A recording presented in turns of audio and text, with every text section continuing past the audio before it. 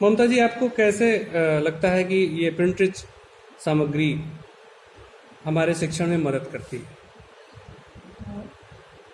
Printed सामग्री जो कि शिक्षक द्वारा बच्चों द्वारा तैयार की जाती है या जो हम मार्केट से उपलब्ध करवाते हैं, तो मेरा मानना ये है कि ये प्रिंटेड सामग्री जो है ये काफ़ी यूज़फुल है क्लासेस में। छोटी कक्षाओं के लिए ज़्यादा उपयोगी है। वैसे तो हर स्तर पर उपयोगी है, लेकिन छोटी क्लासेस में ज़्यादा उपयोगी है। ये शिक्षण को सहज बनाती हैं, सरल बनाती हैं और बच्चों में एक रुचि पैदा करती है सीखने के प्रति। मतलब सिखाना सरल करने के लिए और सिखाना तेज करने के लिए।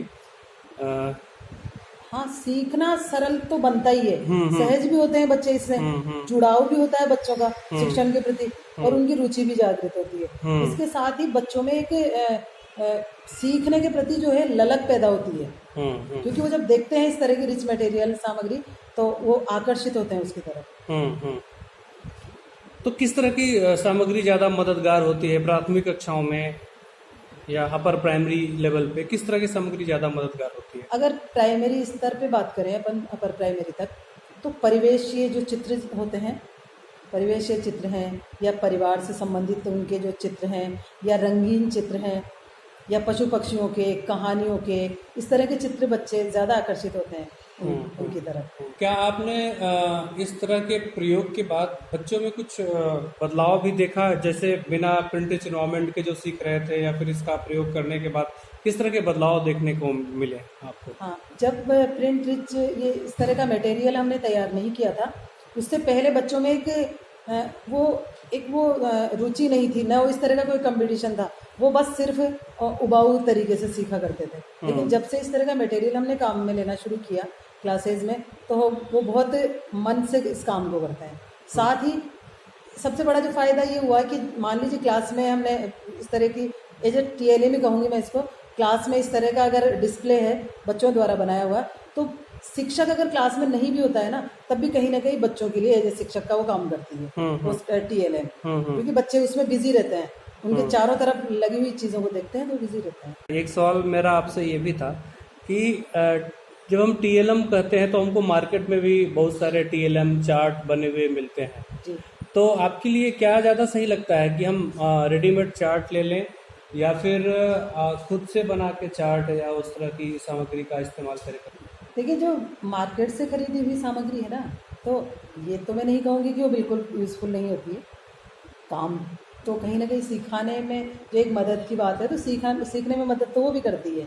लेकिन जो बच्चे खुद बनाते हैं कक्ष में किसी भी कंटेंट को लेकर, जब बच्चों को काम दिया जाता है कि आप ये काम करिए, और वो खुद वो स्वयं बनाते हैं और उसको डिस्प्ले किया जाता है, तो एक तो उन्होंने खुद ने करके सीखा, एक उन्हीं की चीज़ डिस्प्ले हुई, तो बार बार वो उसको देखते हैं रेगुलर। तो मेरा मानना ये है कि उस जो मार्केट से खरीदी हुई सामग्री की तुलना में सीखते बच्चे उससे ज़्यादा है जो स्वयं बनाते हैं। आपको क्या लगता है कि कक्षा की दीवारों पर बच्चों की बनाई चीज़ों को ज़्यादा स्थान दिया जाना चाहिए या फिर हम जो चार्ट बनाते हैं उनको, या फिर दोनों में किसी तरह का अनुपात देखते हैं आप? वैसे तो जो अमूमन होता है क्लासेस में या कहीं भी आप चले जाइए, किसी भी स्कूल में आप देखेंगे तो रेडीमेड चार्ट्स भी आपको मिलेंगे। लेकिन जो शिक्षक बच्चों के साथ रेगुलर काम कर रहे हैं या जिन्होंने नवाचारों को एक्सेप्ट किया है, वो शिक्षक तो आप वहाँ का क्लासरूम आपको वही मिलेगा जहाँ बच्चों की बनाई हुई चीज़ें आपको ज़्यादा डिस्प्ले मिलेगी।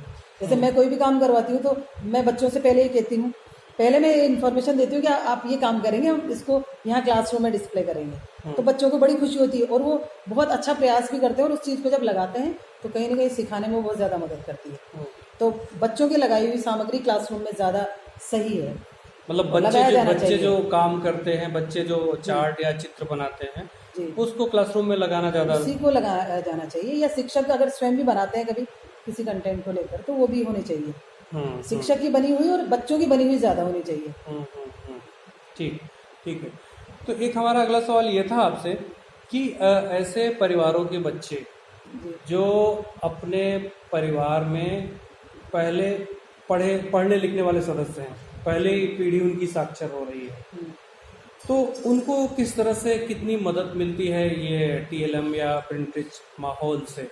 क्योंकि उनके परिवेश में, उनके परिवार में उस तरह का माहौल नहीं होता कि वो मतलब अमूमन जैसे जिन परिवारों में पढ़े लिखे लोग हैं तो पेपर देखते हैं, घर में पेपर पढ़ रहे हैं, बड़े बूढ़े किताबें पढ़ रहे हैं, लेकिन कुछ बच्चे ऐसे भी आते हैं जिनके परिवार में कोई पढ़ने लिखने वाला उस तरह का नहीं है, पढ़ाई लिखाई का माहौल नहीं है, तो उनको ये प्रिंट रिच एनवायरनमेंट स्कूल का, कक्षा के भीतर का किस तरह से प्रभावित करता है, या प्रभावित करता है या नहीं करता है? प्रिंट रिच मटेरियल तो दोनों स्थिति में प्रभावित तो होता है। हाँ बिल्कुल, जैसे जहाँ पढ़ाई का माहौल ही नहीं है और बच्चे पहली बार स्कूल आ रहे हैं, तो वहाँ बच्चे जब क्लासरूम में आते हैं तो इस तरह का मटेरियल देखते हैं तो कहीं ना कहीं वो सहज होते हैं, तो सीखने में मदद तो उनकी भी होती है, और जो पहले से ऐसे माहौल से आते हैं उनके लिए भी ज़्यादा कारगर, उनके लिए भी कारगर है। अब ज़्यादा कारगर किसके लिए होते हैं ये देखना होगा, क्योंकि अगर मान लीजिए उन बच्चों के साथ पहले से घर पे इस तरह का काम हो रहा है, जो बच्चे पढ़े लिखे परिवारों से आते हैं, अगर उनके साथ पहले से इस तरह का काम हो रहा है तो वो उस काम को वहाँ उससे जोड़ते हुए करेंगे, और जहाँ बिल्कुल नहीं है तो वो उसको उस तरह से देखेंगे। उपयोग दोनों के लिए बराबर है, मेरा मानना तो है कि उपयोगी तो दोनों के लिए बराबर ही है, क्योंकि बच्चों के सीखने का स्तर तो एक क्लास में अगर पहली में कोई बच्चे आते हैं तो पहली क्लास के बच्चों का लेवल तो सभी का एक जैसा है। हाँ कुछ बच्चे अपने घर पे जरूर वर्ण या शब्द सीखते हुए आ रहे होंगे, या उनके घर पे उनके इस तरह का काम किया जा रहा होगा, लेकिन जो एक प्रिंट रिच मटेरियल है वो घरों में कहीं मिलता नहीं है बच्चों को, चाहे वो किसी भी माहौल से आते हों। मतलब स्कूल वाला जो प्रिंट रिच माहौल होता है वो अलग होता है, घर में अगर लैंग्वेज का एक्सपोजर मिलता भी है तो वो अलग तरह का होता है। यही है, तो स्कूल में भाई दोनों अगर के लिए लैंग्वेज के स्तर पे अगर घर पे काम भी होता है ना, तो वहाँ ज़्यादा से ज़्यादा अंकों पर, शब्दों पर, वर्णों पर, इसी पे बात होती है। ज़्यादातर वहाँ इस पर बात होती ही नहीं है कि आपने क्या, बच्चों को इस तरह के अवसर घर पे भी नहीं दिए जाते कि आप ये बनाइए और इसको भी डिस्प्ले कीजिए। मैंने तो कभी ऐसा देखा नहीं, ना मेरे अनुभव में इस तरह का है। हाँ स्कूल में आने के बाद अगर स्कूल में भी कई जगह तो आपको ये नहीं मिलेगा देखने को, लेकिन जो लोग इन नवाचारों को एक्सेप्ट करते हैं ना, वो शिक्षक जो चाहते हैं कुछ बदलाव और बच्चों के साथ नया कुछ, हर परिस्थिति के अनुसार अपने आप को चेंज करते रहते हैं और बच्चों के सीखने की गति के साथ अपने आप को बदलाव करते हैं, तो वहाँ इस तरह का मटेरियल आपको मिलेगा, और वो जो मटेरियल होता है वो बच्चों को सीखने में काफ़ी मदद करता है। दोनों इस तरह के बच्चे ही रुचिपूर्वक सीखेंगे उसको, और उनके लिए सहज होगा। जी। अच्छा, ये हमने बात की अब तक छोटी कक्षाओं के बच्चों के लिए, तो आप हमें ये बताइए कि जैसा कि आपका अनुभव है, आप बड़ी कक्षाओं के बच्चों को भी पढ़ाते हैं, तो बड़ी कक्षाओं में ये प्रिंट रिच एनवायरनमेंट किस तरह से काम करता है, वहाँ आप इसका कैसा उपयोग देखते हो? बड़ी क्लास के बच्चों के साथ भी ये मटेरियल बहुत अच्छे से काम करता है। हाँ ये है कि पहली से 8वीं तक के लेवल की अगर हम बात करें तो वहाँ बच्चों में कुछ ज़्यादा बच्चे एक्साइटेड होते हैं सीखने के लिए, खुद करते हैं किसी काम को और खुद सीखते हैं। बड़ी क्लासेज में हो सकता है इतना नहीं हो, लेकिन फिर भी काफ़ी इसका उपयोग है, क्योंकि मैंने बड़ी क्लासेज के साथ भी काम किया, तो इस तरह के मटेरियल के साथ वहाँ बच्चों के साथ भी काफ़ी मुझे काम करने के अवसर मिले, और जब मैंने देखा तो बच्चे बड़े आनंद के साथ इस काम को करते हैं और उनको भी एक नई चीज़ मिलती है। सीधे पाठ पढ़ाया, पाठ के अभ्यास कार्य दे दिए, इस काम में शायद वो इतना नहीं सीख पाते जितना वो खुद स्वयं करके देखते हैं, तो बड़ी क्लासेस के लिए भी इसका बहुत महत्व है, और मैंने खुद ने करके देखा है। 9th और 10th के साथ भी मैंने काम किया, तो वहाँ भी बच्चे इस तरह के मटेरियल से काफ़ी खुश होते हैं। उनके साथ अलग से कुछ काम हो रहा है क्लासरूम में तो बड़े खुश होते हैं बच्चे। मतलब सीखना बड़ी कक्षाओं में भी टीएलएम के माध्यम से ज़्यादा प्रभावी होता है। प्रभावी, क्योंकि मेरा जो अनुभव में है ना, 10वीं क्लास तक मैंने काम किया है, तो मेरा जो अनुभव है तो उन बच्चों के साथ भी इतना ही होता है, उन बच्चों के साथ भी इतना ही उपयोग है। बस ये है कि छोटी क्लास के बच्चे थोड़े उसको ज़्यादा रुचि से सीखते हैं और वो जुड़ाव महसूस करते हैं, और ये तो पहला स्तर है, पहली से 8वीं तक का, जहाँ विद्यालय से जुड़ाव होना बहुत ज़रूरी है, और इसके लिए हम उनको इस तरह का माहौल देते हैं। ठीक है। तो थोड़ा सा विद्यालय से और कक्षाओं के दायरे से अगर हम बाहर निकले और अपनी वास्तविक दुनिया में आए, तो हम देखते हैं कि बाज़ारों में, सड़कों पर, फ्लाईओवर्स पर, या फिर किसी सामुदायिक भवन में जाएं, किसी भी सरकारी भवन में जाएं, तो वहाँ भी बड़े बड़े पोस्टर लगे रहते हैं, कुछ प्रिंटेड मटेरियल लगे रहते हैं, या फिर कुछ लिखा रहता है, तो एक प्रिंटेड माहौल जैसा कह सकते हैं कुछ वहाँ भी होता है। तो आपको क्या लगता है कि अगर इसकी बात हम सामाजिक संदर्भों में करें और समाज के व्यापक सरोकारों के संबंध में करें, तो इस तरह का माहौल समाज में किस तरह की भूमिका निभाता है, कुछ बताने में, कुछ सिखाने में, कुछ संदेश को एक्सप्रेस करने में? छोटे बच्चों के साथ प्रिंट रिच को जोड़ करके आपका जो ये सवाल है जो सामाजिक सरोकार तक ले जाता है, ये वास्तव में अपने आप में बहुत इम्पोर्टेंट चीज़ है। क्योंकि हम क्लास रूम तक तो इस तरह की बातों को करते हैं, लेकिन सामाजिक सरोकार किस तरह से ये मटेरियल रखता है, ये भी बहुत इम्पोर्टेंट बात है। तो इस पर तो मैं ये कहूँगी कि हम बच्चों की बात न करके अगर खुद की भी हम बात करें, तो जब हमें इस तरह का मटेरियल बाहर देखने को मिलता है, होर्डिंग्स पे, दीवारों पे कहीं स्लोगन लिखे होते हैं, चित्र लगे होते हैं जो सामाजिक सरोकार से संबंध रखते हैं, तो हम बहुत इम्प्रेस होते हैं उनसे, और कहीं ना कहीं वो हमारे मन पे एक इफ़ेक्ट डालते हैं, हम बहुत प्रभावित होते हैं। मैं खुद जब कभी कभी कहीं स्लोगन देखती हूँ किसी भी विषय को लेकर के, तो काफ़ी प्रभावित करते हैं। चित्र जो है, आप जैसे अभी कुछ हाल ही में जैसे स्वच्छता को लेकर के या जल संचय को लेकर के इस तरह के जो समाज में संदेश प्रसारित करते हैं, उस तरह के काफ़ी रिच मटेरियल आपको मार्केट में और दीवारों पर और होर्डिंग्स पे लगा हुआ मिलेगा। बड़े बड़े शहरों में जाइए, किसी भी विशेष कंटेंट को लेकर के जब इस तरह के होर्डिंग्स लगाए जाते हैं, तो पब्लिक को, आम जनता को काफ़ी इफेक्ट करता है।